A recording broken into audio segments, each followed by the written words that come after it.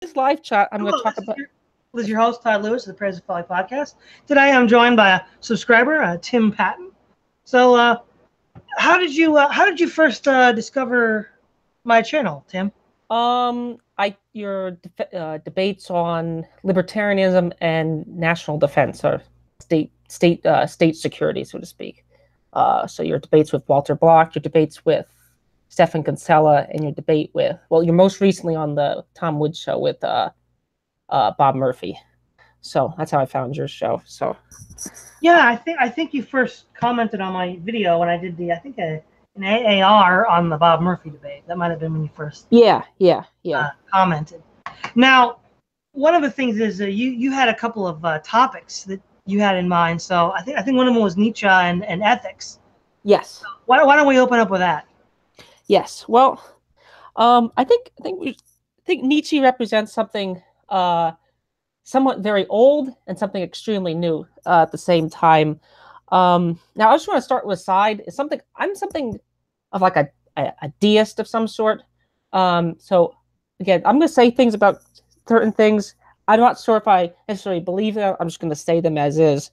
But Nietzsche to me is like the first postmodern. I would prefer to use the term after modern because postmodern is somewhat sullied into sort of a stupid term.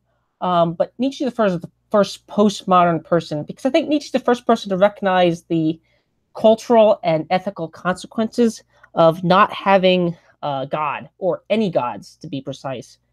Which, so the Greeks had a polytheist, went from polytheism to monotheism, but Nietzsche recognizes, because Nietzsche was with time with Darwin, and so to speak, and he took the ideas of Darwin and took them where you weren't supposed to necessarily take them, and even today you're not really supposed to do this, is, if we're just monkeys, if we're just, if the universe is just this random place, why should values be anything different? And I think that's where Nietzsche really, his critique of Christianity and his critique of liberalism and his critique of all of Christianity's and liberalism's children, which includes things like communism, includes things even today in some ways the alt-right includes, and that's where Nietzsche really comes into his own.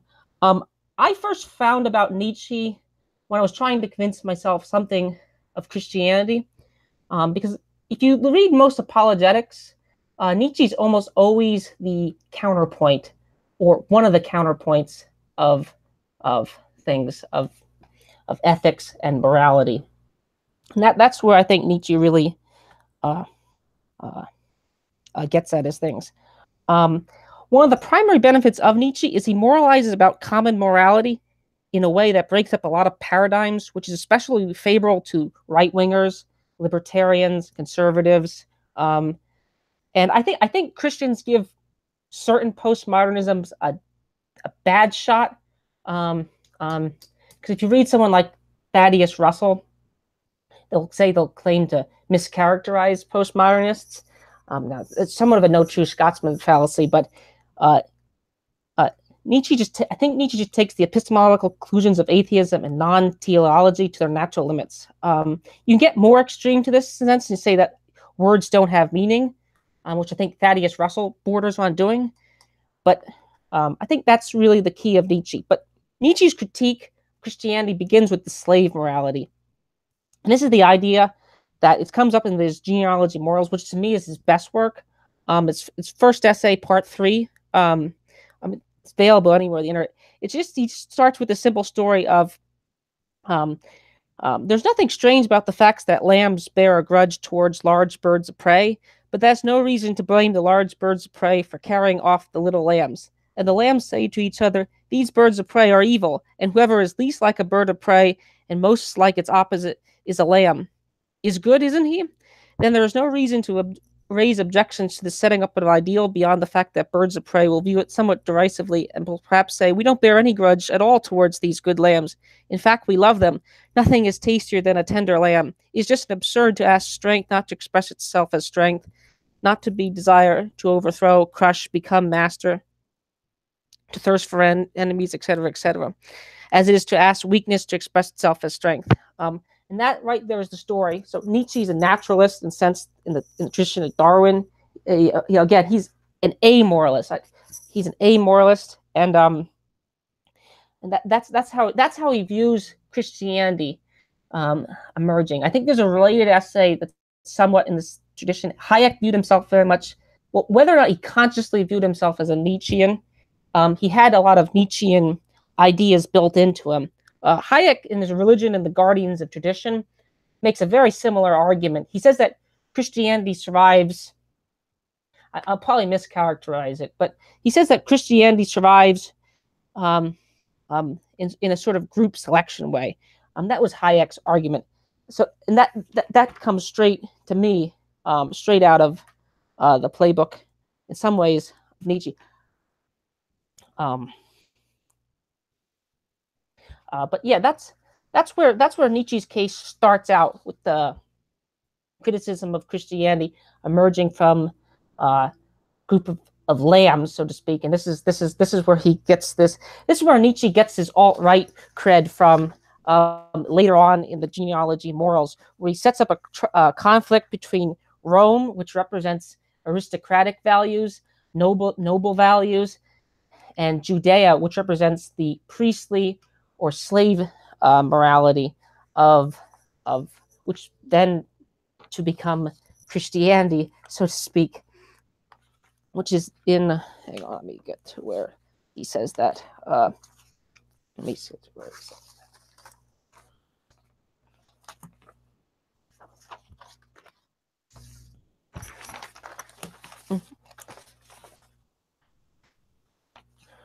Sorry.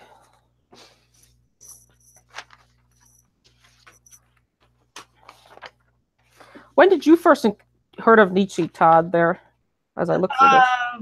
In high school. When I was homeschooled, and in high school, my dad had me read some introduction to philosophy books. What was your first opinion when you saw Nietzsche? Well, my opinion of Nietzsche hasn't changed a whole lot. So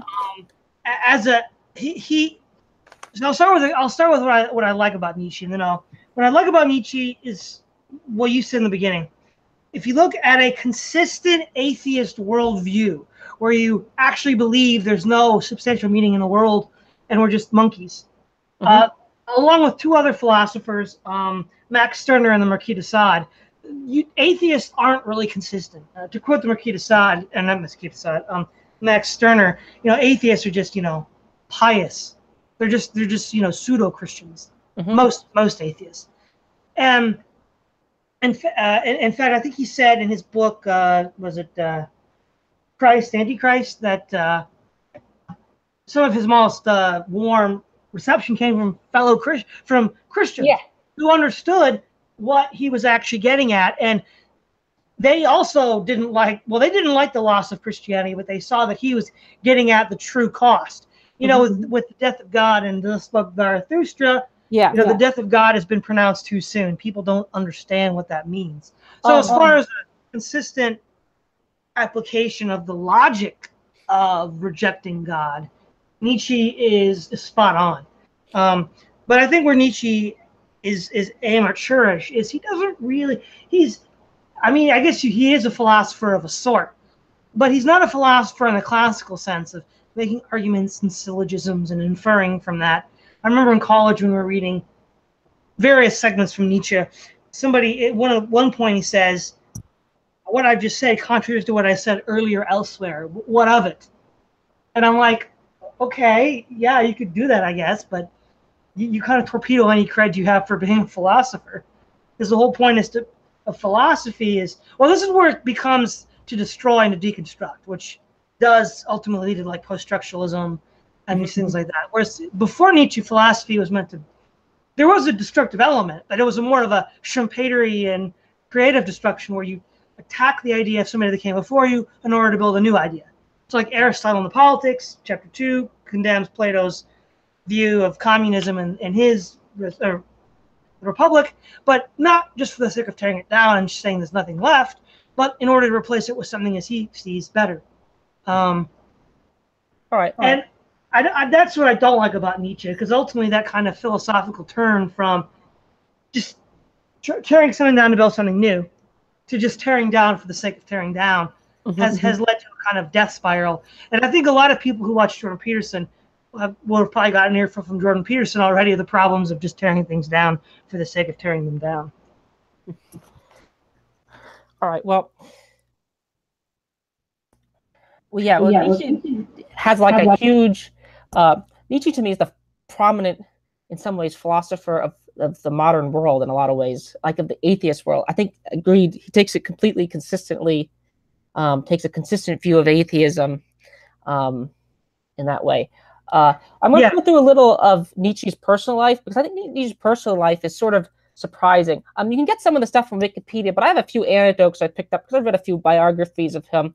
Nietzsche's born in a very pious Lutheran home. His father's a minister, Lutheran minister. His father dies at his 5 or so. He's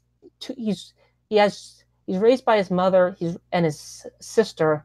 He's a bit of a child prodigy. He joins University of Basel, I think.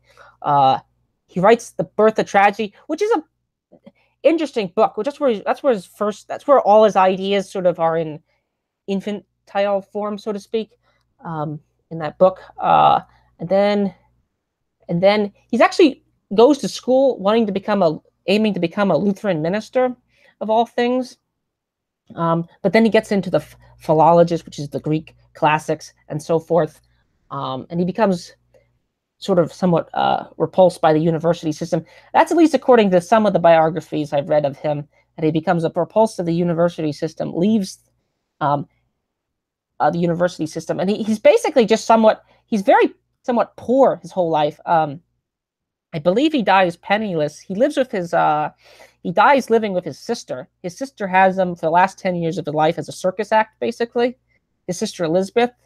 And that's where some of the left Nietzscheans hate the fact that, and there are such things as left Nietzscheans. I think Michel Foucault is probably the best, and Thaddeus Russell in some ways is a left Nietzschean.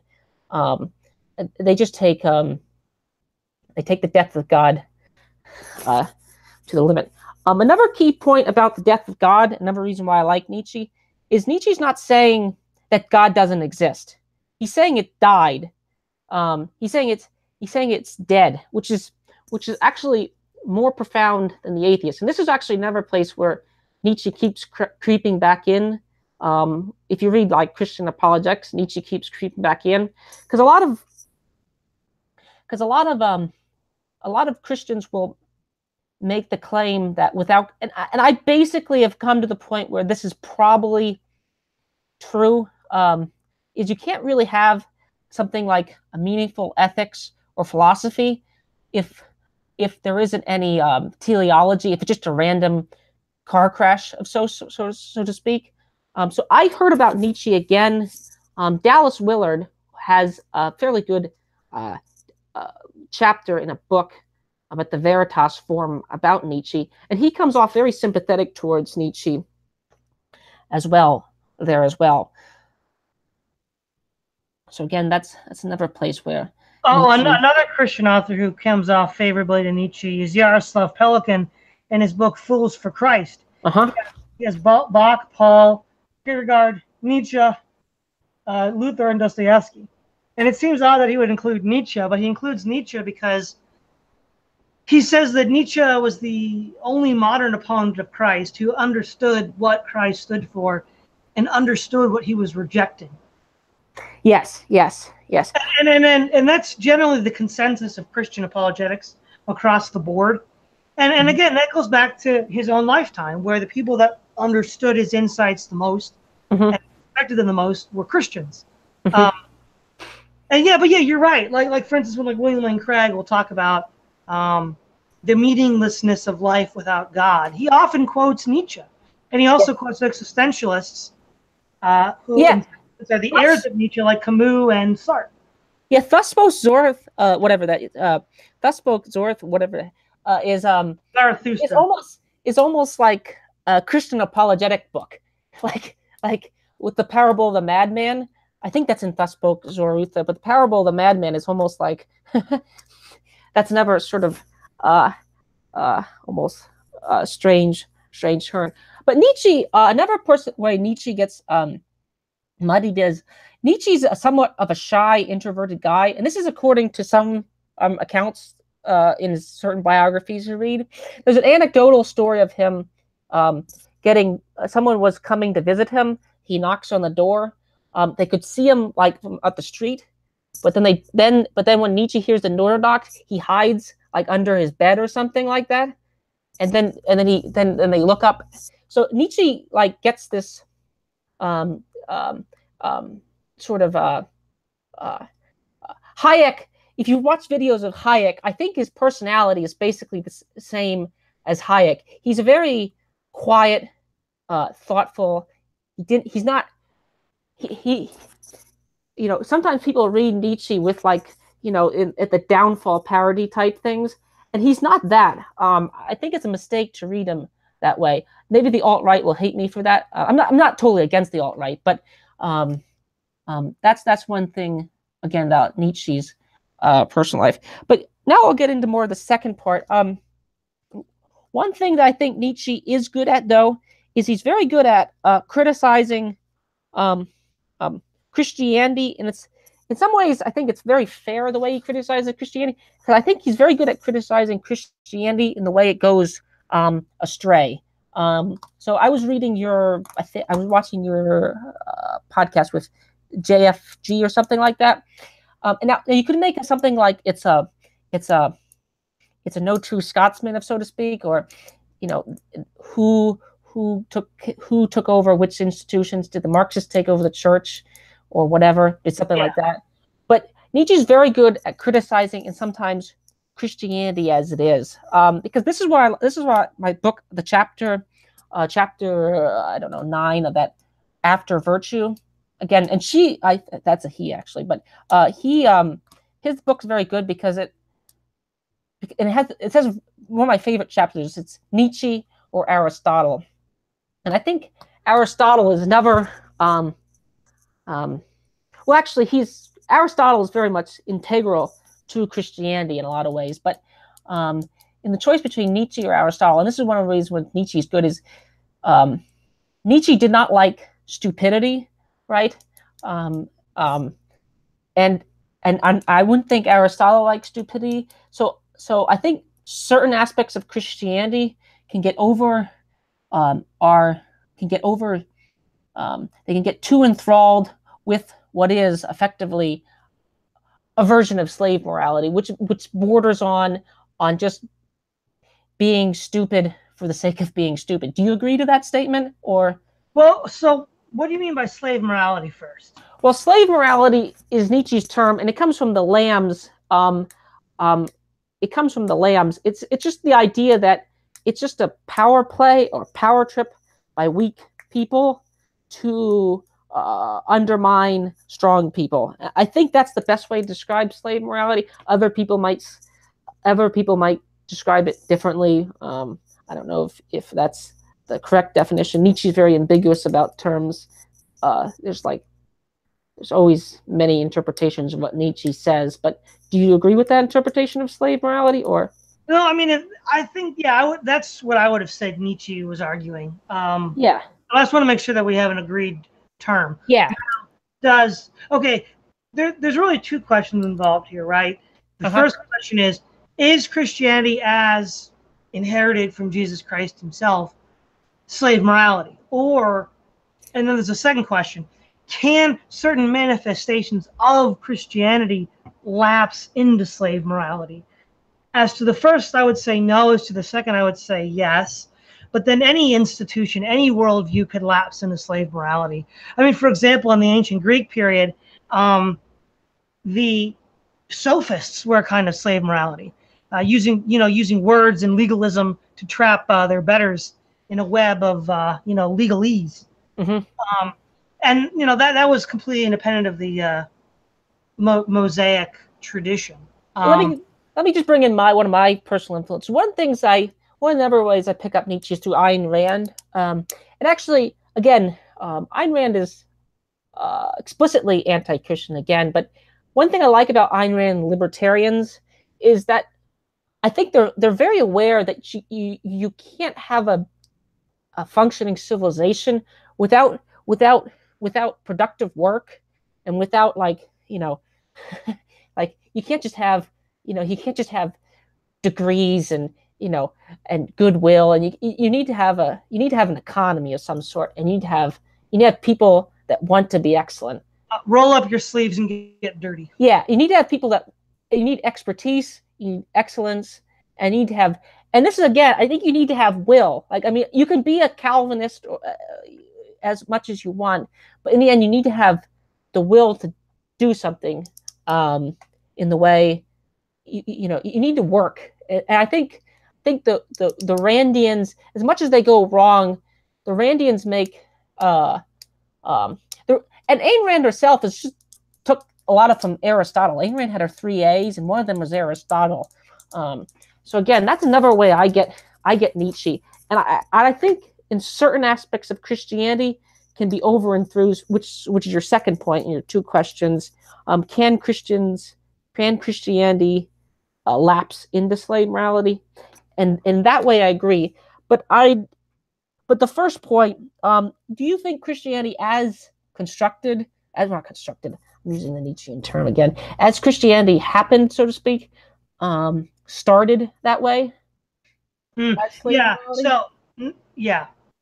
If we, again, using the definition that slave morality is using, because what slave morality is doing is it's making an assumption about the internal state of the individual making the claim, right? Uh-huh. This kind of gets to the chapter 9, which I did read of After Virtue, is that Nietzsche argues that all these justifications are an elaborate smokescreen for the true motivation for anybody to do anything, which is just exercise their will to power. Yes. And so they use these sophistical arguments to justify what they're doing.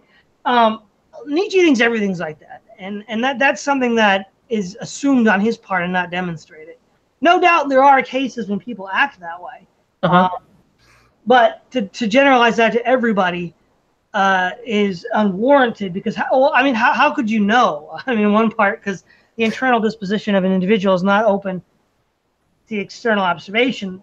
It best can be inferred from their behavior.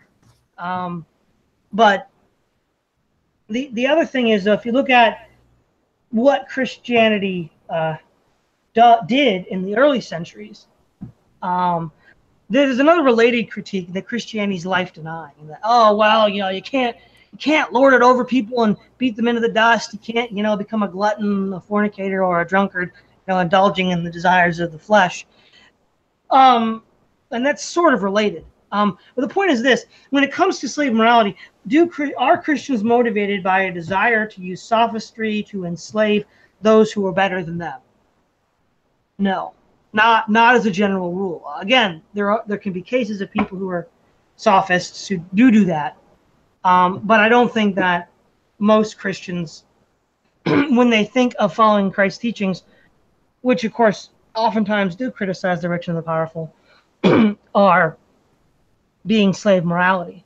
The other thing too is about life denial. Is again, well, that's an argument over the nature of the good life, and to some extent, a lot of that is question begging, because why is that the good life and not some other life? I mean, here's the question that, like, this is one of Ayn Rand's claims. Is Ayn Rand uses selfish in a non-standard way in her book, The Virtue of Selfishness. I mean, there's a certain way in which you could almost infer anything from her definition of the word selfishness. In a way, it's actually very charitable in a weird way. But do you think Ayn Rand is correct to say that Christianity led to the Bolshevik Revolution in Russia? You think that's a fair claim? You think lapsed Christianity created that? Okay, so by selfishness, I remember watching about a month ago that debate you recommended with Yaron Brook. Yes, and that I think he's the Atlas, or there's two Rand societies. I think he's the one. Yeah, I think he's from the Atlas one. Yeah, and the non-standard definition of selfishness is that one should primarily seek one's own advantage Now, the colloquial use of selfishness is that plus at the expense of another. Uh-huh. Yaron Brooks said, well, why do you have to add at the expense of another? Why can't it just be seek first and foremost your own good? Okay, so if that's the definition they're using, I mean, what this kind of reminds me of is across the spectrum, whether it's the alt-right or libertarians or anarchists or liberals, anybody that passes a law that they don't like, they call it puritanical. They call it, it's like the Puritans. Okay, so the Puritans, in a colloquial sense, generally used to refer to sexual prudishness, like Victorianism, Victorian. But now it's even more general. It's just laws I don't like. Whereas in a historical context, there's the Puritan Commonwealth from 1620 to 1791, when the king revoked the charter, and that's what Puritan society is. So in the colloquial sense, when somebody says, "Well, I don't like that," that means they just came from the Puritans. Well, that's functionally meaningless, because anybody that passes a law you don't like is a Puritan. And then if you're saying that everybody you don't like is derivative of Puritan New England, well, it has no explanatory power, because there were plenty of people like that before the Puritans, who had wildly different views from the Puritans on other issues, and people afterwards with wildly different views. It is too broad and generic to be of any use. And in like term, the idea that anybody who elevates something other than self-interest as the highest good is a Bolshevik is the same kind of failure. It's so broad, it's meaningless, or almost like you've seen now with the whole racist dispute. Since the left calls it everybody who doesn't believe in their radical, progressive, racial egalitarianism at the expense of white people, that they're racist. Well, again, the word is so broad, it's meaningless. So it really does. I don't think it has any explanatory power, because essentially its scope is so broad that it's meaningless, right? When you have a scientific or philosophical proposition, you have to narrow the scope to a point where it's actually useful. If it's too broad, then it doesn't explain anything. And so, just because, there's plenty of other worldviews that subject the individual's ego to something. Pharaoh of Egypt, the Emperor of China, have nothing to do with Christianity. And as likely as not, they led to Bolshevism, because they subordinated the ego to some other good. So that on its own is I think woefully insufficient in describing it. Now, there is a kernel of truth, though, in the sense that a lot of atheist philosophy, and in some sense Stirner and Nietzsche pointed this out, is a form of apostate Christianity, or a ghostly Christianity. Oh yeah, I totally agree with that. A lot of ways the Enlightenment has a lot to do with Christianity, because the premise of the Enlightenment, and this is where I again agree with Nietzsche. The premise of the Enlightenment is that the world's understandable, that operates according to laws, and that only makes sense if there's a telos of some sorts. That doesn't make any. It's just a random, opaque place, and that only makes sense again if that's that way. So, well, Rand is weird. Rand has two sides to her. Rand, foundationally, I'm not sure if it's foundationally the other way. But one way, Rand is a pure Aristotelian, which is very old. And then she's also her characters are some way pure constructivists. They create, like Dagny Tag, I'm terrible at pronouncing proper nouns, but the characters in her novels are pure, like, they create their own world. Like, they discover their own world. Very Kantian. What, pardon? I said very Kantian. See, but again, Rand didn't like Kant. She called him the most evil person around. She again says that this is where also in some ways her critique of Christianity doesn't make sense, because Kant is as much of a cause of communists. Hegel, it clearly is, right? Well, yeah, but I would say the ultimate root cause of communism is material reductionism, of which Ayn Rand is a firm believer. You think? Why do you say that? Without materialist reductionism, you don't have communism.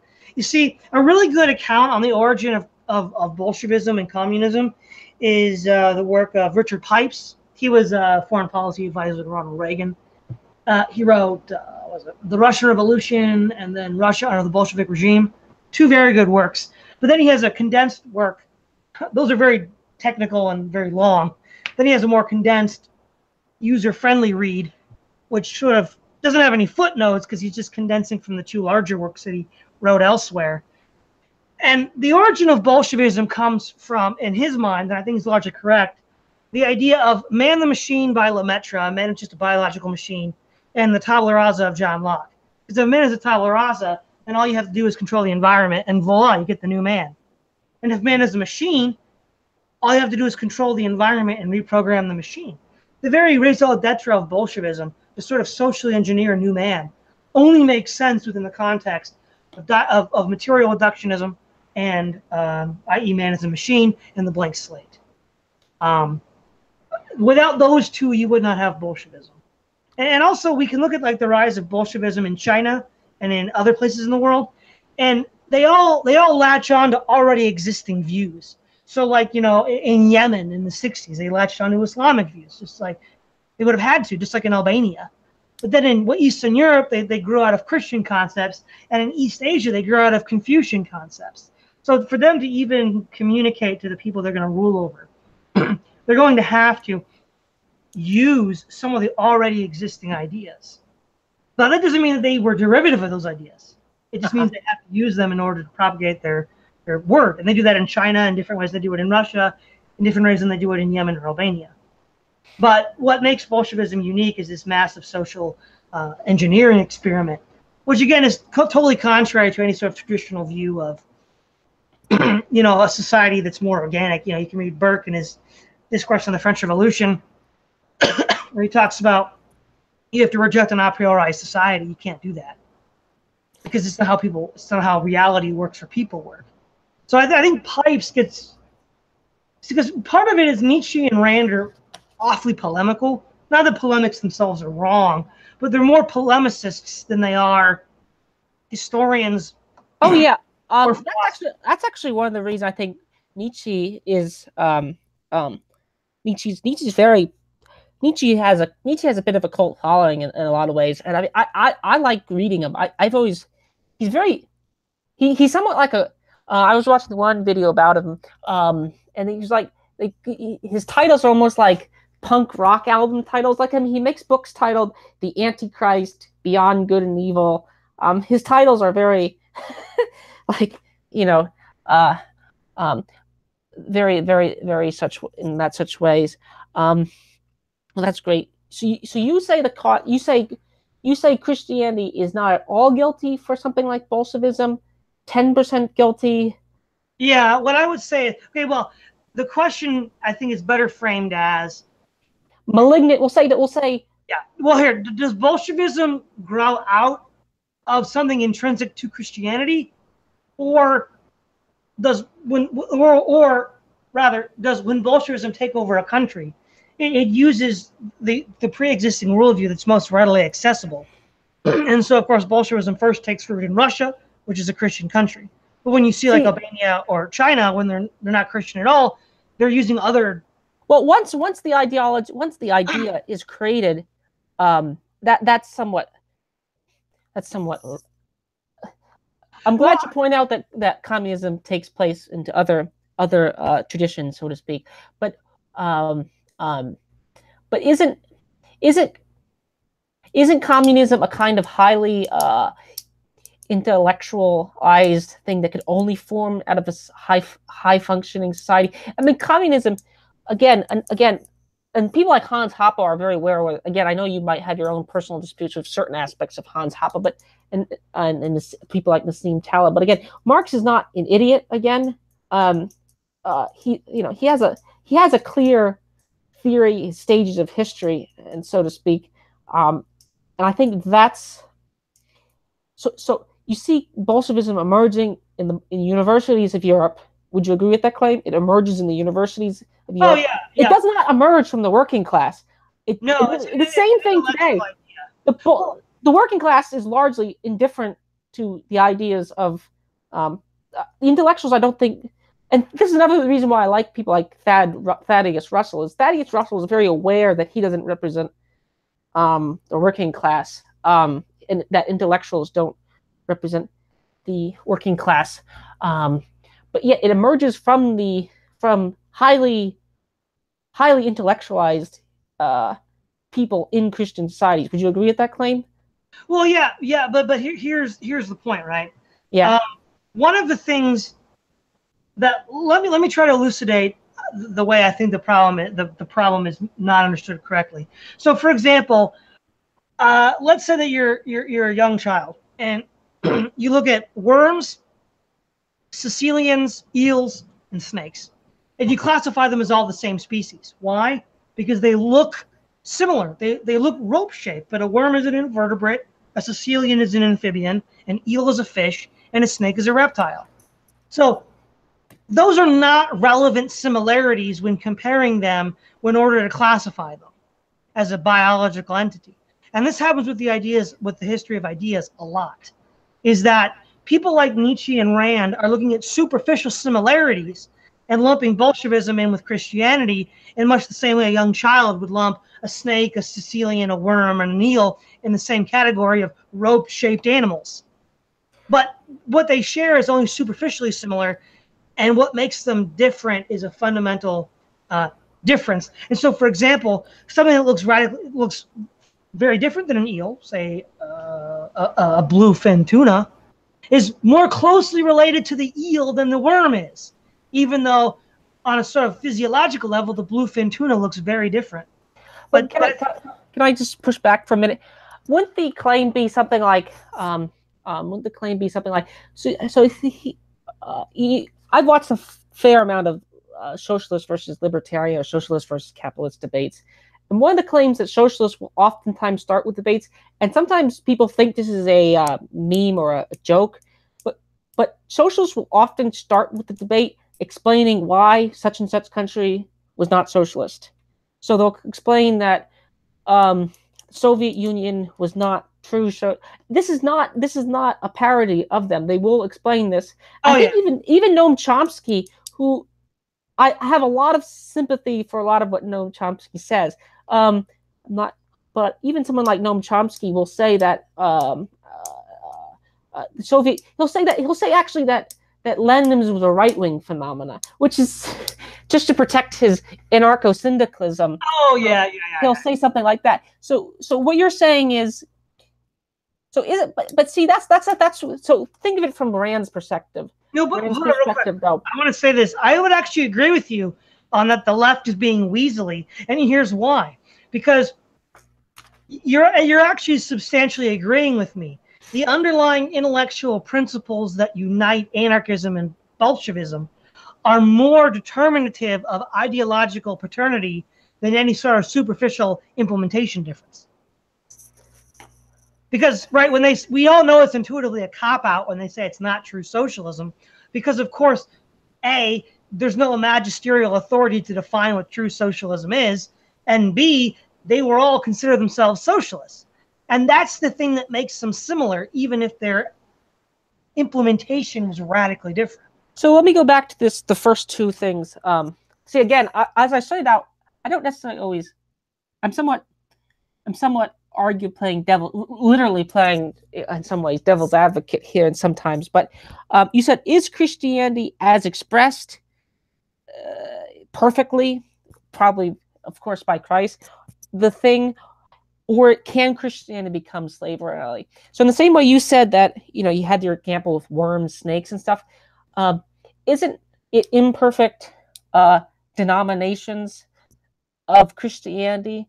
So Nietzsche is mistaking the church, the 1860s Lutheran Prussian church with is that Rand's mistaking the Tsarist church with true Christianity. Up here in this sort of Platonic form, you have true Christianity, you have true communism, and down here you have expressed Christianity, expressed communism. So in that way, is it unfair to say that Rand and Nietzsche are parodying Christianity? Because we're not talking about Christianity perfectly.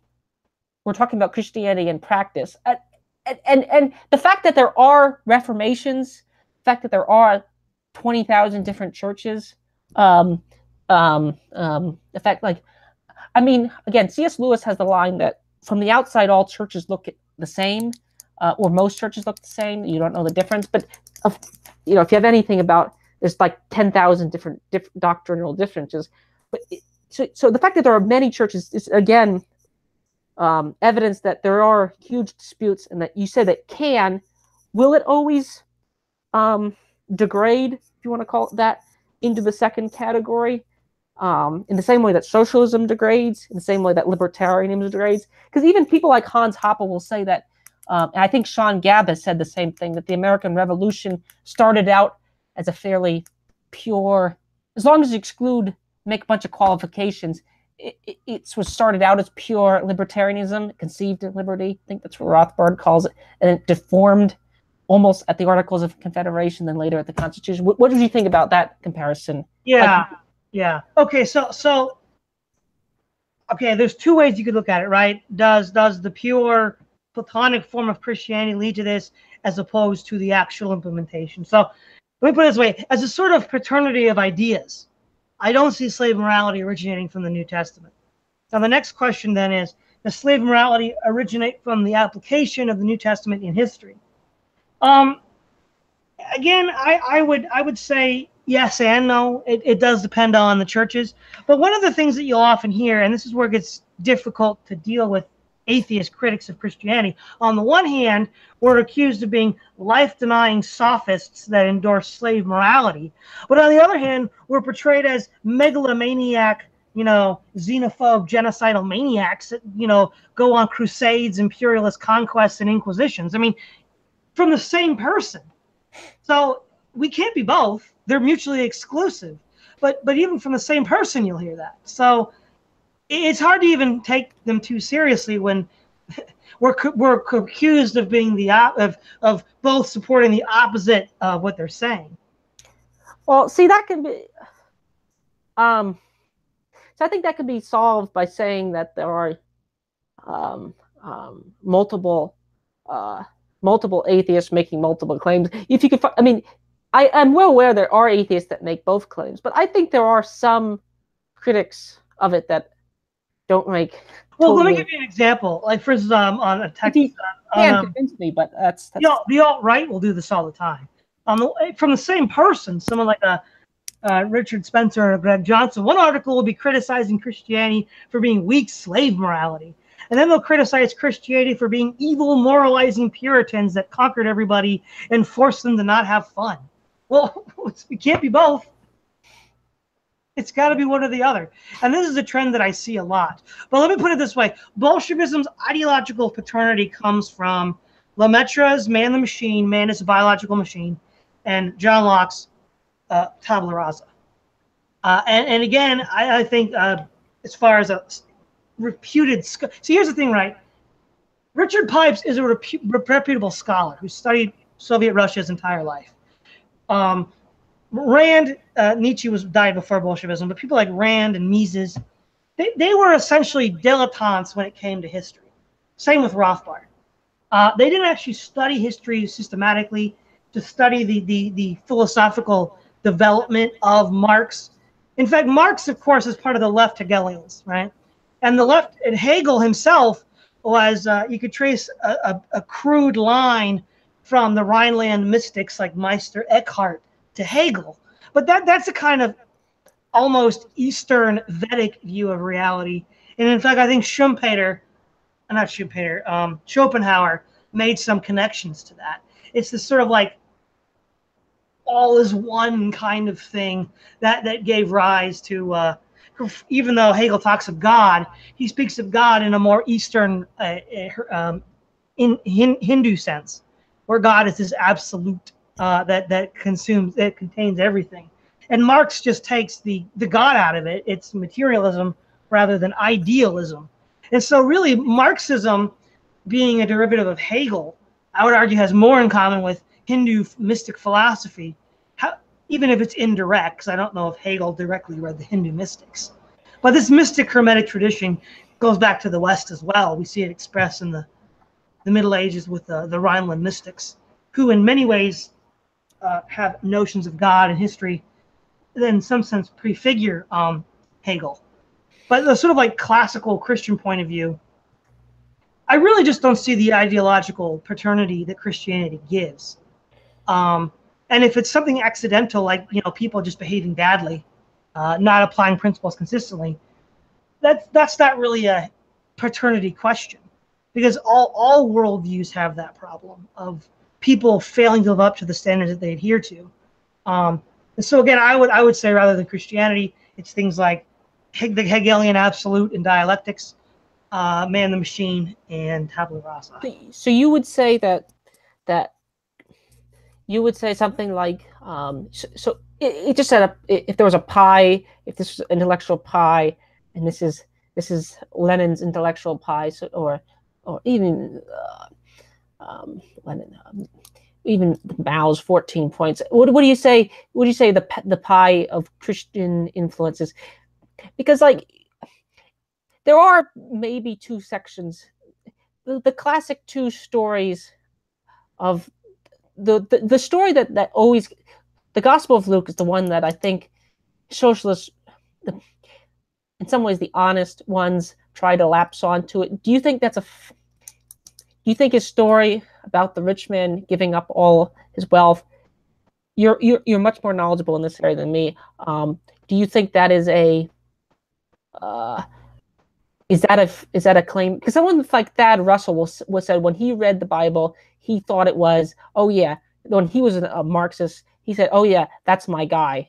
Do you think that's a fair claim? I mean, you can't call Christ an aristocratic. You can't say he's pro aristocrat. You can't say he's pro.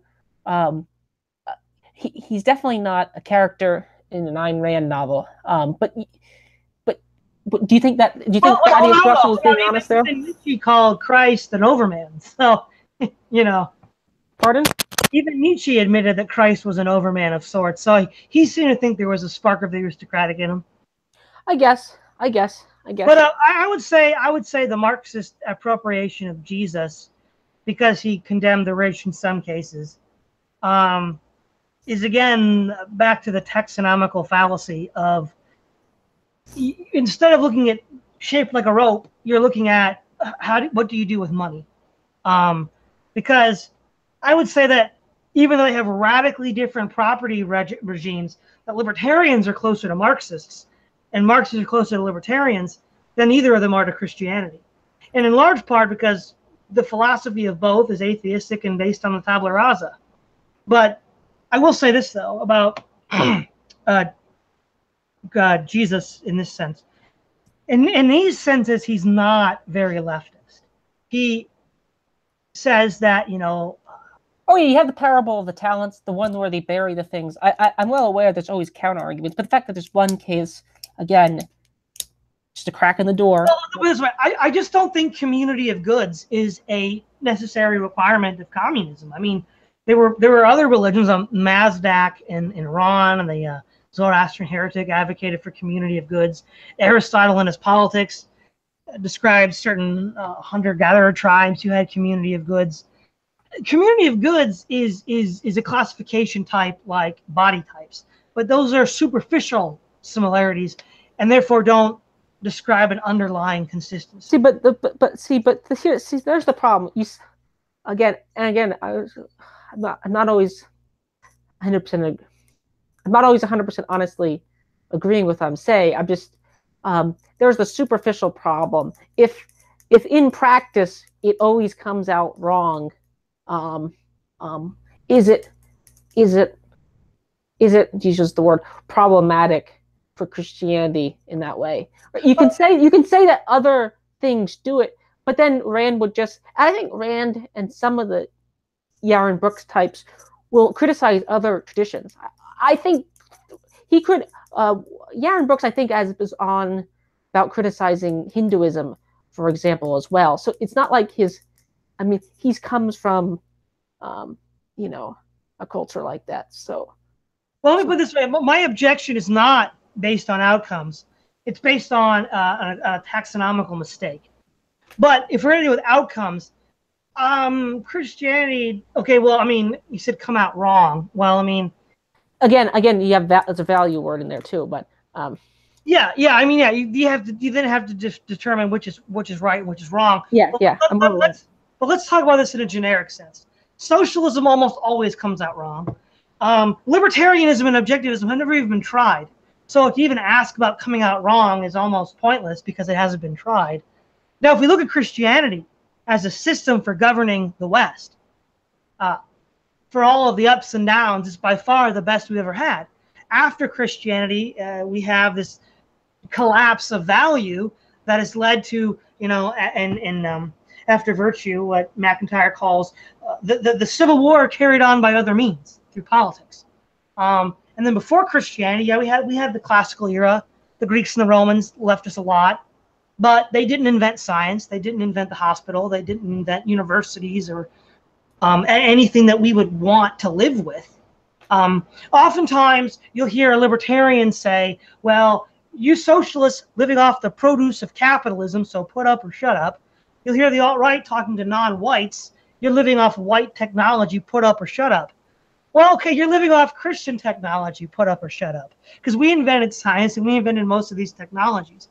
But I would say, though, that, well, I think you and I would agree there's no such thing as a perfect society, at least in this life.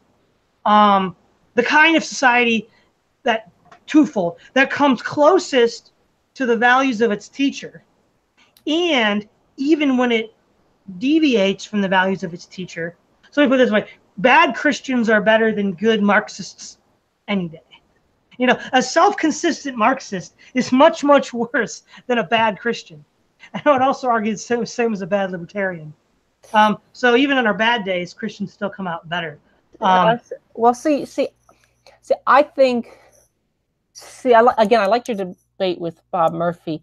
I heard you talking about him just when I got on here. But do you think? So you're very cynical about libertarianism.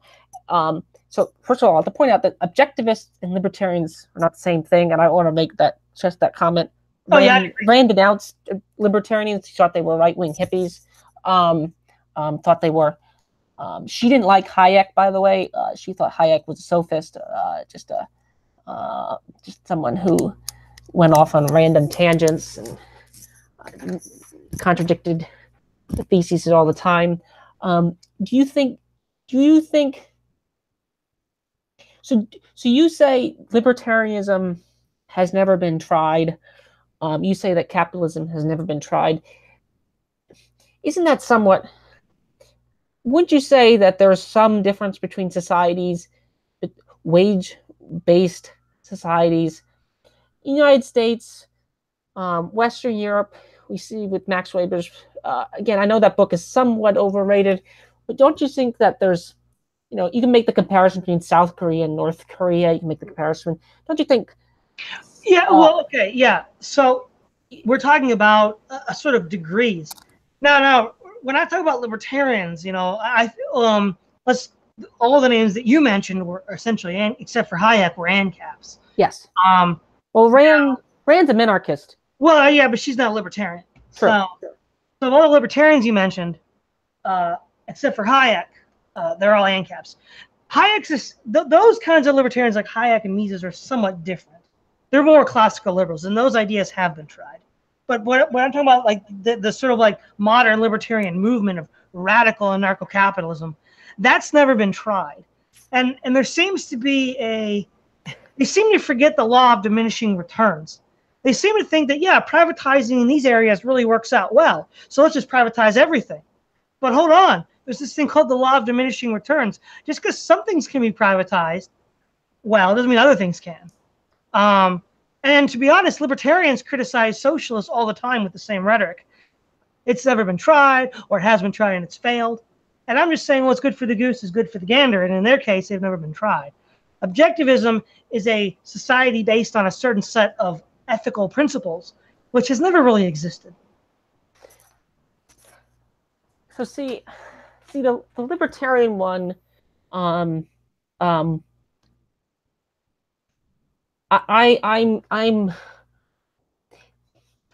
more suspicious of saying that certain degrees of libertarianism haven't. So you were in a discussion with Sean Gabb a while back on liberalism, and you and Sean Gabb sort of went at it.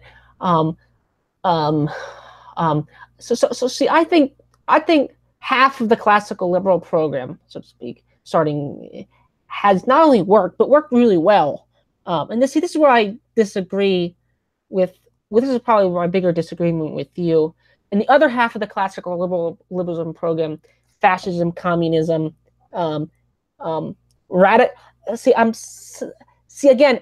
So take anarcho-capitalism. If anarcho-capitalism are claiming that they can just have this, if they can just have private city states with shareholders owning the state, that can exist. That's not that radical. So in practice, if you push anarcho-capitalists, that'd be Singapore. They're just Singapore. That can work. And again, I don't. But it's also heavily authoritarian, and yes. Caps would balk at that. Yes. But I think half the classical liberal program is not only good. I think.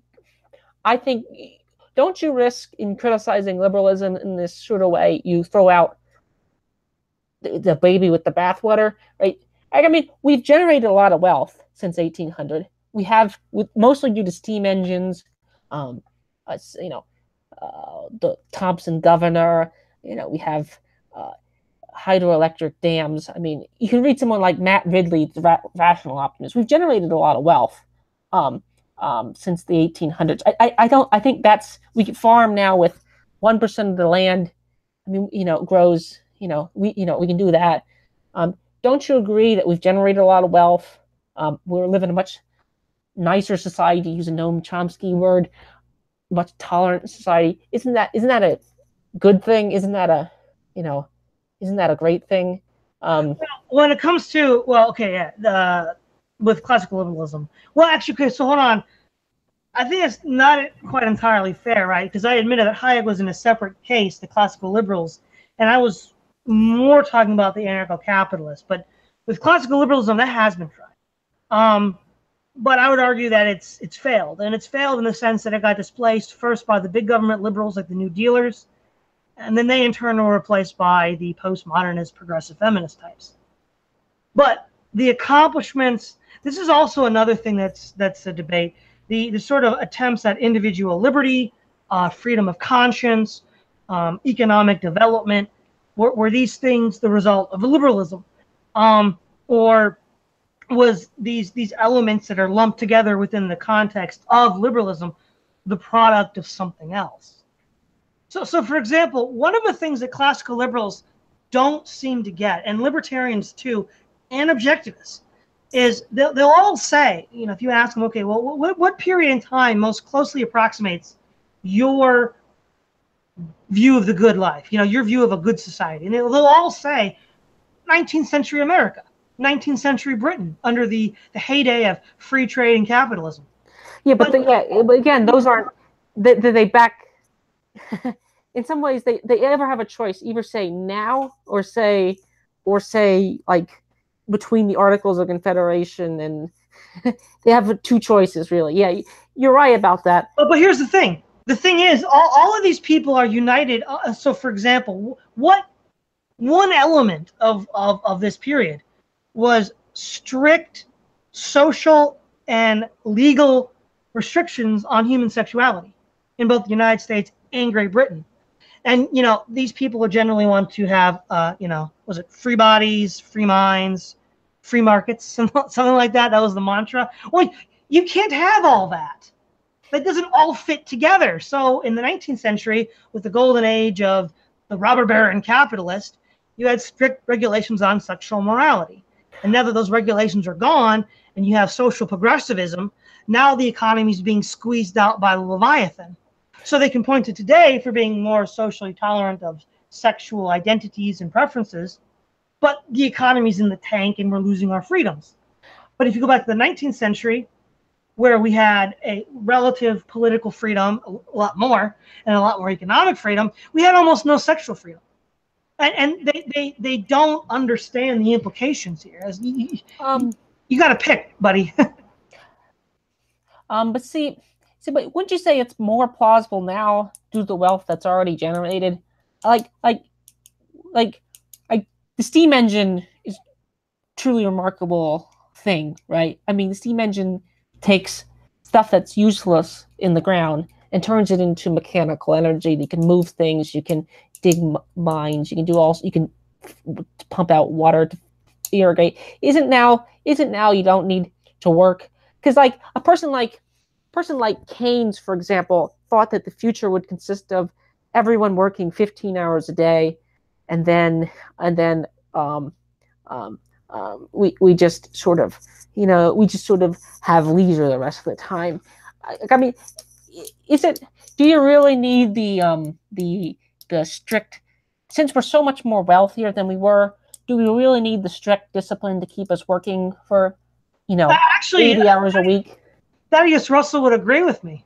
He mentioned in a couple of interviews after he was interviewed by, what was it, Lou Rockwell, and he was subsequent to the interview with Lou Rockwell, he pointed out that libertarianism has this baked in asceticism, deny gratification for the sake of deny present consumption for the sake of future wealth. And he says, that's why he's not comfortable, going whole hog with the libertarians, because he's not really keen on sacrificing present pleasures for long-term results. And he even said that the early libertarians of the 18th and 19th centuries were very ascetic, which actually ties into Weber and the Protestant work ethic, saying that these people were ascetic, taking this monastic asceticism out into the world. And so even someone like a Thaddeus Russell sees the connection. I don't really see how you can maintain the kind of these kinds of freedoms that they talk about without having something has to give. It's like when you have one of those games where whenever you push down one of those pegs, another peg sticks up. Something always has to be pressed down, and you just got to pick which one it is to get the other two. So, do you think, like, is like Western Europe for you a total failure? Is it a somewhat failure? Like in some ways, a lot of ways, Western Europe gets best of the both worlds. In a lot of ways, I mean, they have enough economic freedom. They have a fairly amount of social freedom. Do you think that's a terrible place to live? Do you think that's I was there. It's not that. It's a great place. I mean, do you think this is just like a? You think this is just like a period of time before a big hurricane is coming? Yeah. Well, Western Europe, I think there's a lot of problems on the horizon. The ever-present police state. You can get thrown in jail for denying the Holocaust. You can get thrown in jail for questioning global warming. You can even get thrown in jail for criticizing homosexuality, unless you're a Muslim, in which case it doesn't matter. But then of course you've got the Islamic migrants. See the declining birth rates in Europe. In order to keep the economy chugging, they think they have to bring in immigrants, but these Islamic immigrants don't integrate with the country. They, just recently there was the whole case with Tommy Robinson trying to report on the court case about these immigrant migrants in Britain that were being tried for grooming young girls to be sex slaves. So this is all sort of the long-term consequences of these decisions. Basically, if you look at civilization like an individual at a party, there's like this sweet spot where the sex, the drugs, and the alcohol seem to work, but then you have the withdrawal and the hangover, and then that just kind of knocks you on the floor for the next week. And I think Western Europe is going through that. And the only reason why Western Europe can have such a generous welfare state is they're free riding off the U.S. military. Yeah. That's the long. That's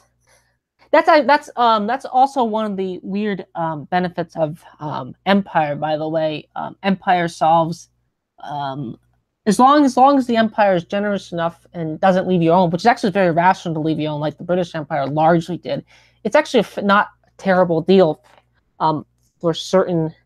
There's certain long-term sustainability problems for sure. But being a colony of an empire as long as it's not like, I don't know, a particularly The Soviet Union. yeah, it's not always the worst deal. I mean, I think actually, I think that's Sean Gabb's and Hans Hoppe's claim. I think that's Hans Hoppe's claim. Okay, well, let's go. I, I'm, I'm, I'm still somewhat. I'm still on libertarianism. I don't know. Maybe I can be convinced. I'm suspicious. So see. Here's the thing. If not libertarianism, what political system? I mean, I don't see a better alternative to some mixture of private property, a limited state. I don't see a better alternative to that. And I don't think the anarcho-capitalists are. I don't see what the anarcho-capitalists do is bad. I mean, I don't think I'm not a big believer in, for example, the Republican Party. I mean, if that or something like that. So I don't think the anarcho-capitalist movement is um, David Friedman's model of social change is basically anarcho-capitalist will ideas will filter up through, which is Hayek's model of social change as well, basically filter up through the two parties, just as the Marxists did, as a sort of counter-revolution. I think that's his. So do you think libertarianism is some ways a counter-revolution against Marxism, or do you think it's a new disease? Do you think it's what's your position? Is Murray Rothbard considered libertarianism and anarchism to be the true revolution, and Marxism to be the reaction? I've heard that claim. Sorry.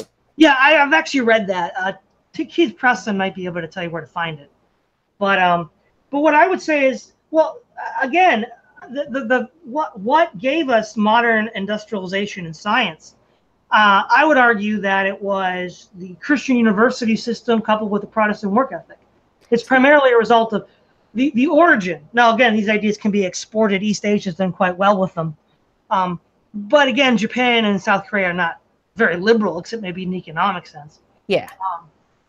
Socially, and politically, they're quite restricted. But those are the true sources of the economic and scientific development. Well, see, this can I go back to Nietzsche? So again, one of my favorite. I think you read. Have you read Anti-Fragile by Nassim Taleb or Black Swan by? No, I haven't. I encourage you to read Black Swan by Nassim Nicholas Taleb. Nassim Nicholas Taleb is also one of my he's a Hayekian. He's somewhat a Nietzschean as well. And he picks up the insight of the this is ways in which I'm still a libertarian, more so than some sort of deist Christian. This is a way I'm more of a libertarian intellectually speaking. Nassim Taleb has this idea that eventually again Hayek takes this too, that things emerge by accident, spontaneously. Again, spontaneously is another weird word, but the idea that there's a book that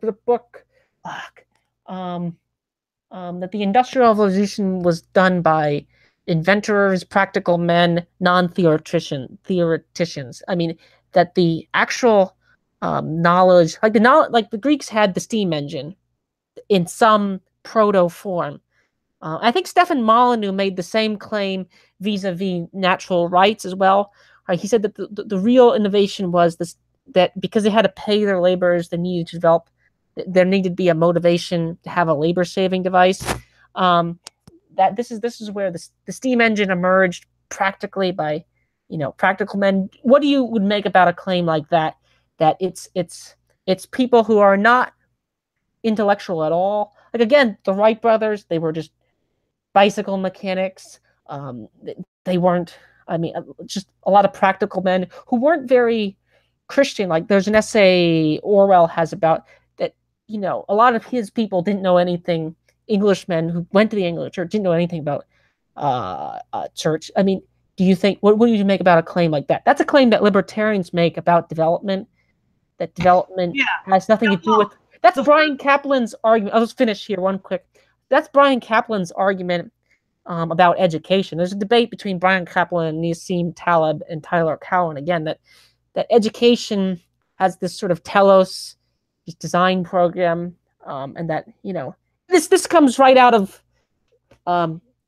in some ways, I'd have modeling what they view as the natural of evolution, so to speak. What would you say to that? I'll stop here, but Yeah, what I would say is that the the main first of all, the main theoretical breakthroughs were made by self-described Christians, people like Newton, Galileo, Copernicus, Boyle, Maxwell, Clark. All of these crucial theoretical breakthroughs are made by men who were self-described as Christians. They all came out of the university system, which was built and maintained and sustained by Christians, and it was explicitly Christian. The universities begin to have their leadership drift away from Christianity, probably sometime in the late 17th or the late 18th century, throughout Europe and America. And then the men who, yes, I mean, the Wright brothers themselves, their father was a minister, but there's some debate as to whether they were particularly religious or not. They grew up in a Christian society and imbibed Christian values. And you see, but that just proves in sort of like our fusion. Well, I don't know if we use fusion, but that's already a word that's been taken. But it sort of proves our co-point here that it's a mixture of classical liberal libertarianism plus a Christian foundation. Would you take that as a sort of synthesis of our points here as the sweet spot of economic development? Because you need to be sort of crazy. Because I mean, one thing people don't realize, I think I was reading that like a lot of the early flight pioneers died. Like, so it was kind of crazy what they did. I have some experience with aviation. I know a fair amount about aviation. So a lot of the early flight pioneers, like, you don't hear about all the people that fell off cliffs trying to try all different sorts of things. So people, but what would you say to that? Because there is a certain degree of craziness, and this is why I like Thad Russell in some ways, that takes to be, in some ways, innovative. Well, yeah. I mean, as a matter of historical fact, it's a conservative thing to innovate something. There's lots of there's maybe but keep going. Sorry, shut up. Yeah, as a matter of historical fact, yes, the 19th century world was a mixture of Christianity and classical liberalism. And again, when you look at any point, there's in history, historians tend to avoid monocausality. It's really philosophers and polemicists that go for monocausality in history, which is a problem. And so I would agree there's multiple streams of thought and principle that lead to what we would call that classical liberal economy. I guess what I'd say is where we would weigh it. I think we can safely weigh Christianity as the more crucial element because in its absence, we see everything going to pieces. There's not a day goes by when the libertarians don't complain about the growing police state. I mean, as they should. I'm not saying they shouldn't. But, this is a post-Christian society. I mean, the kind of society they say is closest to the one they want to see is one that's devoutly Christian. I mean, the United States specifically, which is sort of like the... Yeah, but as a side fact, Utah is the only state that I think Utah's like if you took Utah's elections, which again, that's another problem I have with Christianity. Utah I think is the closest to has the highest degree of economic. I could be wrong about that. I don't want to be spouting off false facts here, but it's one of the higher economic freedoms, lowest crime rates, I think, and that's because 40%, 60% of the population is some degree Mormons. Agreed? So the most libertarian state is a state that's dominated by, a population of Mormons. Correct? Oh, yeah. Utah, yeah. The people, well, again, the Mormons are unique, right? They're uniquely American. It's a frontier religion. They're a frontier people. The sort of, make it your own, make it by your own steam. That's really a deeply American trait. And the Mormon religion has been able to maintain that trait much better than their secular counterparts in the sort of liberal order today. Well, see, I'm going to bring this back to and see this Nietzsche somewhat. See, this is where I think libertarians. So again, this is where I think libertarians, have something to say. about design. So Nassim Taleb in his book, I think it's Black Swan, has a difference between a cat and a washing machine. And he says that the economy is not a washing machine, it's a cat, it's an organic system. That's how Hayek uses it. This is sort of Nietzschean's Dionysian. Apollo is the ordered Dionysian. That's what comes from his first book. Um, um, so, so, so the idea that you can have a large-scale central planner, right? And this is some ways this is actually a lot of like Hans Hoppe. It's a lot of what Bob Murphy's and Contra Krugman criticize. It's the idea of some ways of a planned society. In this way, is libertarianism are libertarians correct to your Christian eyes? Do you think that's an unfair criticism? Like, say, look, you mean like a planned society? Yeah, like the Federal Reserve is in some ways a central planner. That was the whole Ron Paul movement was centered around the Federal Reserve. So a lot of the Austrians are centered around, at least practically speaking. What would you say to that claim? Well, I mean, I think I could see the way they'd want to apply this. They'd want to apply this when it comes to Christian social teaching. Social teaching on things like, they're partly right in some cases, but wrong in others. So, for example, with the teetotalers in the United States, trying to impose that on the whole country was an ill-conceived idea that was a failure. That's a good example. That's a good example. That's one point that I think a person like Thaddeus Russell would leverage against Christians on both counts, not only on you could organize a lot of. But back to you. I'll shut up here again. What were you saying? Oh yeah, well yeah, but the other example they're going to want to apply that to do is Christian sexual ethics, which of course doesn't work at all. I mean, from the Puritan age down to the 1960s, the United States had fairly strict regulation on human sexuality, and it worked just fine. In fact, if you read J.D. Unwin, that principle of absolute monogamy is a key impetus for civilization itself. And in that case, now they would call that a planned society. I mean, I don't know if I'd call it that, but I know they would. And given their uses, they're just wrong, because historically that's what worked the best. I mean, if the United States is the gold standard for liberal economic systems and limited government, then yeah, this is like they go together. Well, see, here's another reason why I like libertarianism, probably much more than you. But see, I don't see people like you. I don't know, people like R.C. Sproul. I don't know if you heard of him. Oh yeah. People like him. I don't see people like you getting together. If people like you get together, seize political power, you're not only gonna fail, you're all gonna, like, even if you succeed in taking control of the state, right, filling the whole state with people like that, you do. I don't think you would create. No, everyone would reject it, right? Would you agree? I don't see that. I don't see currently any, What do you think? You're saying that it couldn't be done now, or it couldn't be done, period.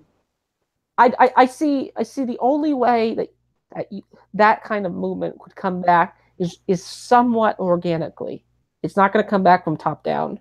Well, I mean, I would agree, but I mean, the to some extent, but the libertarian claim that they want to get rid of the welfare state, well, that isn't going away either. I mean, if a libertarian is going to say that everybody's addicted to drugs, sex, and rock and roll, so you can't take it away, just leave it alone. Well, then by the same token, just leave alone the welfare state. Everybody's, addicted to sucking at the teats of mama government, that you're never going to get rid of the welfare state unless something drastic happens. So it's an argument that cuts both ways, and I think is flawed. What do you think of people like Ron Paul? What's your first impression of Ron Paul from your eyes? Overrated, underrated? What do you think? Well, I mean, personally, the guy, I don't think you have anything to gripe about the guy personally. I mean, you can criticize libertarians, but I don't think Ron Paul would be at home in any historical Christian society. Would you agree? Oh yeah. Ron Paul is definitely one of the most honest, respectable, humane Yeah. U.S. politicians that we've had in a very long time. Yeah. Um, I mean, there's a few differences here and there about Ron Paul, but overall, he's a pretty stand-up guy. I mean, it's kind of like how people are saying, like, to Noam Chomsky, like, why are you voting for Hillary Clinton? You know, Ron Paul actually wants to stop the U.S. empires. all right. A few more questions here. Where? Okay, go back to the another prominent libertarian that I'd say has a lot of influence is Bastiat, Frederick Bastiat. He probably has his most famous essays is the well, he's a sort of he's almost a comedian of sorts. His the parable of, we had the candle makers one where false competition, and he had the one about the seen and unseen. Those are probably his two most famous essays. He also has the law, which is a little longer, a little more theoretical. What would you say something about Frederick Bastiat? We talked about Hayek, we talked about Rand. What would you say about something like Bastiat? I've read, I think I read his thing. I forget what I read. It was the law. Bastiat's the law. I generally agree with Bastiat. I mean, again, he's also a Christian. At the end, he adds that something to the effect that the socialists claim that if we didn't have socialism, we wouldn't take care of the poor. And then Bastiat's like, you know, that's an insult to us because, you know, we not uphold Christian charity. Again, it's not that I object to everything in libertarianism. I mean, obviously, decentralization is preferred to centralization in most cases. But again, I mean, even anarchists believe that, so I don't think it's a uniquely libertarian concept. Property rights, yeah, but there's other political views that defend property rights. So yeah, I mean, like I said, I agree with certain aspects of libertarianism. Most of what you've seen that I've done is debates with them on the issues that I mostly disagree with. Okay, final libertarian I'm really interested in your opinion is the great, and I've actually picked up from listening to him so much. I picked up Hoppian phrase, so to speak. But what do you think of Hans Hoppe? He has a huge influence. I don't think people recognize how influential he is. I don't think, for example, now you want to call it Rothbard. I don't think you have the phrase taxation is theft if it wasn't for Hoppe and Rothbard. Would you agree? That claim is their claim. Would you agree? As a taxation is theft is a Rothbard claim?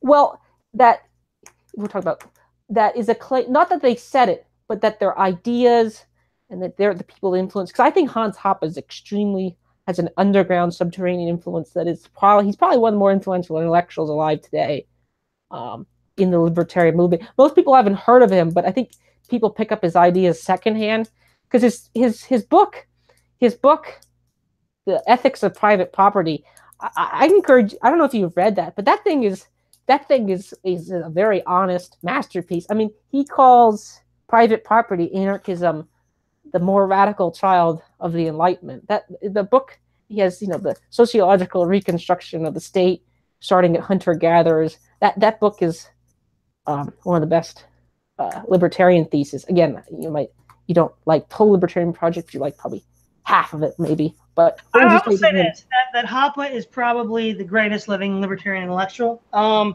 agree. There's a lot to like. There's also, I think, a lot to dislike. But I would say that I have, however, whether it's 50-50 or 60-40 or 70-30, however you parse it, Hoppe deserves respect. I think an epic showdown, now that Murray's dead, would be Hoppe versus Chomsky. That would be the ultimate capitalism versus socialism debate. One thing I encourage people to check out is I saw much Noam Chomsky. Oh, two things I encourage people to check out is Noam Chomsky versus Michel Foucault, right? Where Michel Foucault accuses Noam Chomsky of being an imperialist. I liked when which is pretty interesting to watch. I don't know if you've ever watched the debate. I had it. It's not very good. But I had it on my blog as well. But it's a very interesting debate between Michel Foucault and Noam Chomsky. But Noam Chomsky still gets asked about this question. There's a YouTube clip, 20 minutes long. It's Noam Chomsky on moral relativism, bringing it back to Nietzsche, which Michel Foucault gets it from Nietzsche as well. Noam, you still there? Yeah, I'm there. Sorry. Okay. I'm just listening. Oh yeah. But during the middle of this about 20-minute video, he talks about he doesn't bring up in proper sense, but he brings up argumentation ethics, but not from Hoppe, but from Hoppe's teacher, Jürgen Habermas. Yes, Jürgen Habermas. Again, as far as influential intellectuals today, I think Habermas's argumentation ethics will have a long shelf life. Do you agree about that, or don't you? Partly because of Hoppe. Well, you mean argumentation ethics is or rational discourse. What do you think about rational discourse, though? Well, that's the whole point. Argumentation ethics is begging the question. It's assuming that the only way one could possibly justify independently non-initiation of force is if you assume that. But there are other ways to do that. It's sort of question begging. But that's actually my first. It's my first appearance. Heard you when you debated Kinsella over, and Kinsella is a Hoppian as well. But Hoppe is interesting because Hoppe has the physical removal meme, which exists. You can't take it away. He said it. I think I know why he says it, and I think you know why he says it. What do you think about that as a meme? It's a funny joke about a lot of the thing on Hoppe, but I think it's quite funny when they had the picture of Michael Malice of him holding a helicopter. But Hoppe's pretty sharp. What do you think about that? What do you think about that? I mean, I think his idea of covenanted communities and forcible removal, I think it's in the chapter of Democracy, the God That Failed, where he says that you have to be all true conservatives are libertarians and all true libertarians are conservatives. And yeah, that's one of Hoppe's best parts. Yeah, Hoppe is just... Yeah, the only thing that's free is a helicopter ride, right? That guy, yeah. One thing I like about Hoppe is his ability to boil down, again, see, this is one of the reasons why I like libertarianism, is how Hoppe has like 2 short videos on YouTube. Again, I encourage people to check them out. One is 1 minute long, where he talks about Keynesian, and this is why Hoppe is enough. There's a meme that Reason Magazine picked up. Reason Magazine picks everything up downstream, like 5 years later. But Hoppe had this meme. Hoppe had the basis of the meme, but it was explained to me why there's poverty in the world if every central bank can't print money, and they can't just print out monopoly money. Everyone's richer. It was about minimum wage or something like that. And then you saw Reason Magazine pick it up 5 years later or something with the claim that so again, there's where libertarianism to me is just practical, useful information. Would you agree to that claim, that libertarianism just in that way operates like having a, you can't, like, Dawkins has that dumb claim about flying, but you need some practical knowledge, right? And that where libertarian economics is very sharp. Would you agree to that claim? I would agree that libertarianism. Well, let me rephrase it this way, right? You like some aspects of Chomsky. I think with these ideologies, they tend to hyper focus on something, and that one thing they are pretty good at it. But everything else, not so much. Like maybe Chomsky's really good at criticizing manufacturing consent and how corporations and the government, create this illusory world that we live in. But he's kind of terrible on foreign policy, like supporting, the Khmer Rouge. But I think in some sense that could be true of libertarians. But in other senses, I think it's not so true. So, like, for example, I tend to agree with the gold bug, theory and the calculation problem and even the business cycle. But I think other aspects of libertarianism just don't pan out, like government control always leads to shortages. Well, not in a wartime, because the example of World War One, staying on a free market led to shortages of manpower and munitions for the British. See, this is where I think libertarianism comes closer to Christianity. This is where I think libertarians come closer to Christianity. I think World War One was a disaster. I don't know if you agree. I think it was definitely, most definitely, total disaster. I mean, I think there's two. Neil Ferguson has a good book, Pity of War. There's never a book about King Czar. It was just World War One was just a terrible crime. The whole thing, disaster. Peter Hitchens has a great criticism of that as well. He said it destroyed Britain single-handedly. I mean, you can't. I visited, for example, like all those battlefields in Western Europe. It's highly civilized societies destroying each other. Something of a prelude, which Nietzsche predicted as well, pointing out. But World War I was a disaster. And one of the things that libertarians will claim is that without things like central banks, couldn't have had it. What would you? I think that's Stephen Molyneux and Jeffrey Tucker's claim. I'm not sure. And libertarians will claim that without large states, you couldn't have had the kind of long protracted 4-year conflict, and then you couldn't have had the build up, couldn't have had the rebuild up as well. What would you say about those claims? I mean, if the states, if most of what the state exists, and see, this is where I somewhat agree with the anarcho-capitalists, is like the anarcho-capitalists will will make conflicts like that less likely. What would you say to something like that?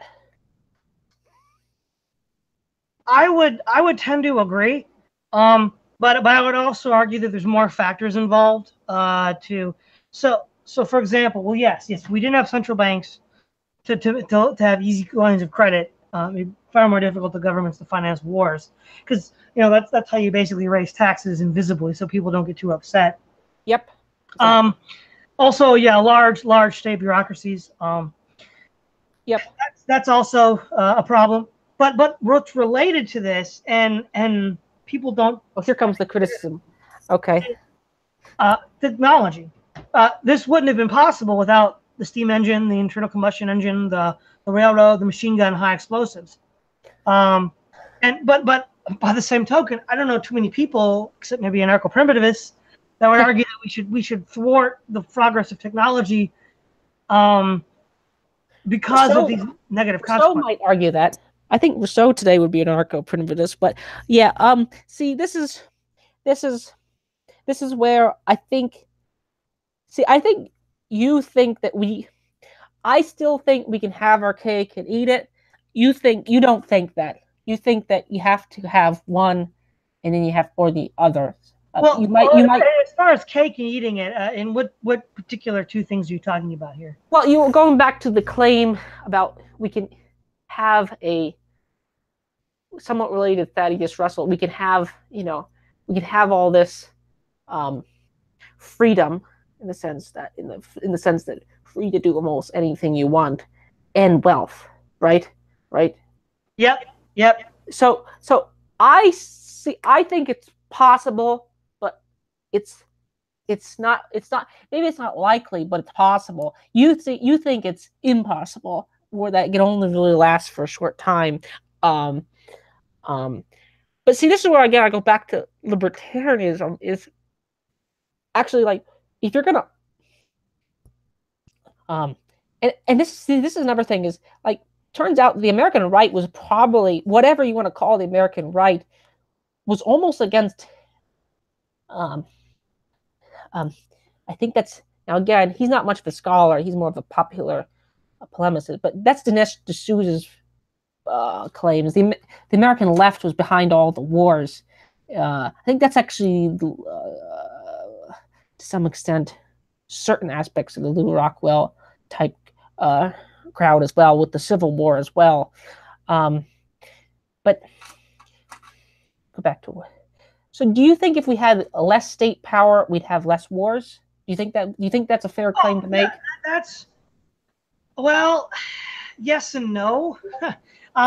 We'd probably have more small scale wars, which, so for example, like Japan during the Sengoku period, or um, Western Europe after the fall of the Roman Empire.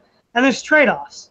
Um, yeah, you don't have the imperial boot on your neck, then you end up with looters and pirates. That was part of my empire debate.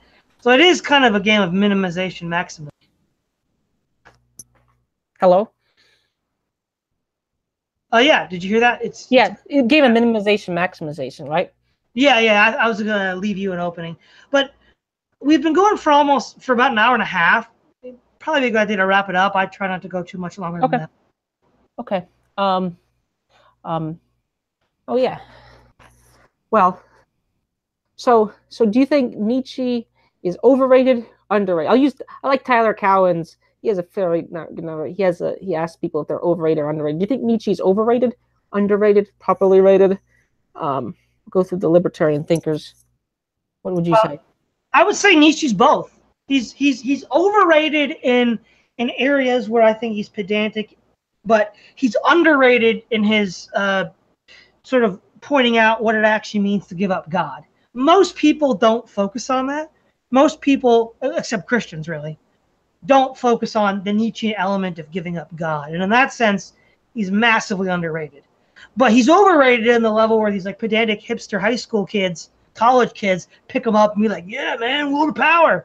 That element of Nietzsche they latch onto is overrated. So I think it's a combination. It's which part of Nietzsche you're looking at. All right, Hayek, overrated, underrated, properly rated? I think Hayek's probably properly rated. What do you like about Hayek?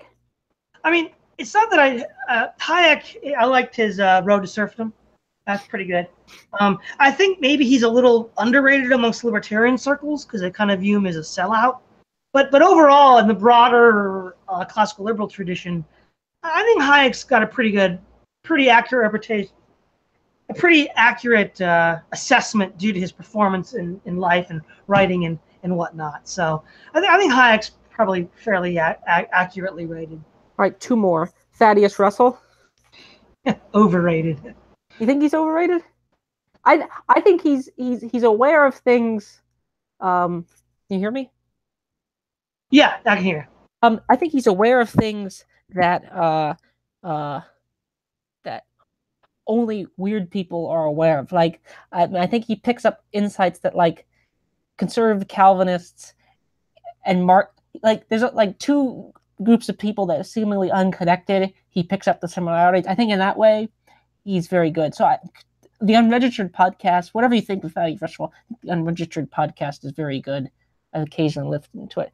Okay. Last one. Ayn Rand. Oh, overrated. You think she's overrated? Okay. Yeah. You don't think there's any redeeming quality in her? There are some. I mean, I think if I had to say something nice about Ayn Rand, I'd say that I respect her commitment to reason, her commitment to striving for success in your individual life. Those are two things that I think, regardless of your political or religious persuasion, are something that you can. I'll add one more because we talked about him a lot. Hans Hoppe. Oh, I don't know. I think Hoppe's actually probably accurately rated. He's probably the single greatest living libertarian right now. So agreed. He closely. If you dig deep enough, you'll eventually get to Hoppe. But yeah, alrighty. Well, this has been great. So I could do this again sometime. Talk about more libertarianism. But yeah, sure. So yeah, thanks for reaching out, Tim. This is yes of the Praise of Folly podcast. Signing off.